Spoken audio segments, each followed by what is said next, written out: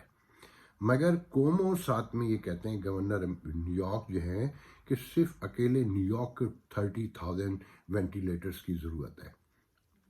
تو میں حیران یہ ہو رہا ہوں اصل کہ مئی میں جب پہلی کھیپ آئے گی 10,000 کی، اور وہ منتھلی 10,000 بنائیں گے، تو یہ کتنا لمبا پلان ہے.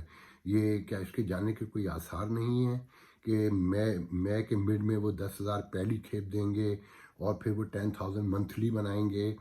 تو مجھے تو بہت خوف آ رہا ہے، اس پر غور کر کے ہی میں بہت حیران ہو رہا ہوں، بہت پریشانی ہو رہی ہے کہ کیا ان کو امید نہیں ہے حکومت کو کہ یہ جون مئی تک یا اپریل کے اینڈ تک یا جولائی تک بھی اس کا ختم ہوگا. اگر لیکن کمپنیز جو ہوتی ہیں وہ تو کاروبار کرتی ہیں، بزنس کرتی ہیں، وہ 10,000 جو جنرل موٹر کہہ رہی ہے کہ ہم 10,000 منتھلی بنائیں گے، تو وہ کہاں کے لیے بنا رہے ہیں؟ اس کا مطلب یہ یہیں یوز ہوں گے، اور یہ وائرس جو ہے کوئی جلدی جاتا ہوا نہیں نظر آ رہا.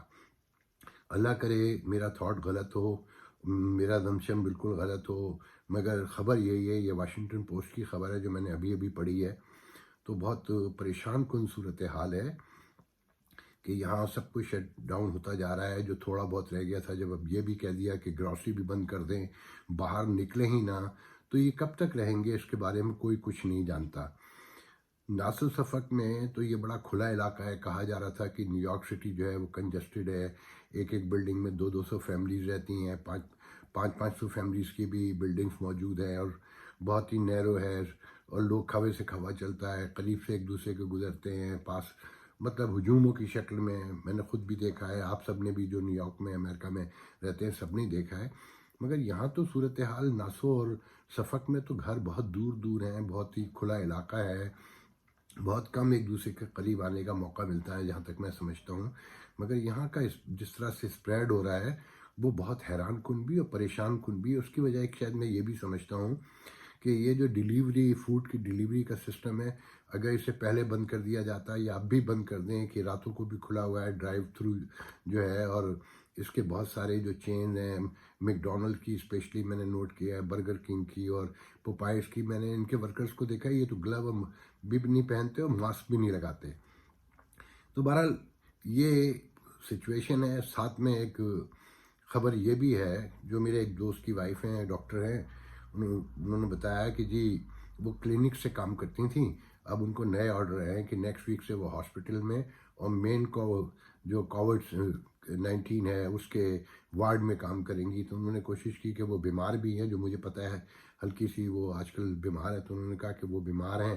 تو انہوں نے کہا کہ اگر آپ کوئی بھی بہانہ کریں گی یا کوئی بھی ریزن ہوگا، جاب تو جائے گی. نیو یارک اسٹیٹ کا لائسنس بھی ختم ہو جائے گا. مطلب اب یہ واقعی فوج کی طرح کمپلسری جاب ہو گیا ہے کہ ہر صورت میں کرنا ہے.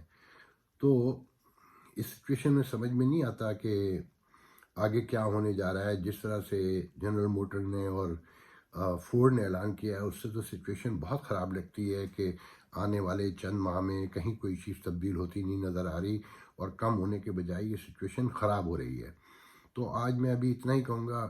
سب سے یہ کہا جائے گا کہ پلیز گھروں میں رہیں. گروسری کا ختم بھی ہو رہی ہے تو کوشش کریں کہ جو موجود ہے اسی سے گزارا کریں. اگلے 2 ہفتے بہت خطرناک ہیں کہ بقول رسا چغتائی کے یہ تو سوچا بھی نہ تھا اے جانے بہار، یہ تو سوچا بھی نہ تھا اے جانے بہار، پھول مہکیں گے نہ تو بولے گا، ایسا لگتا ہے کہ کچھ دیر کے بعد اس بھرے شہر میں ہو بولے گا. تو دعا کیجیے گا بس پلیز. اللہ حافظ.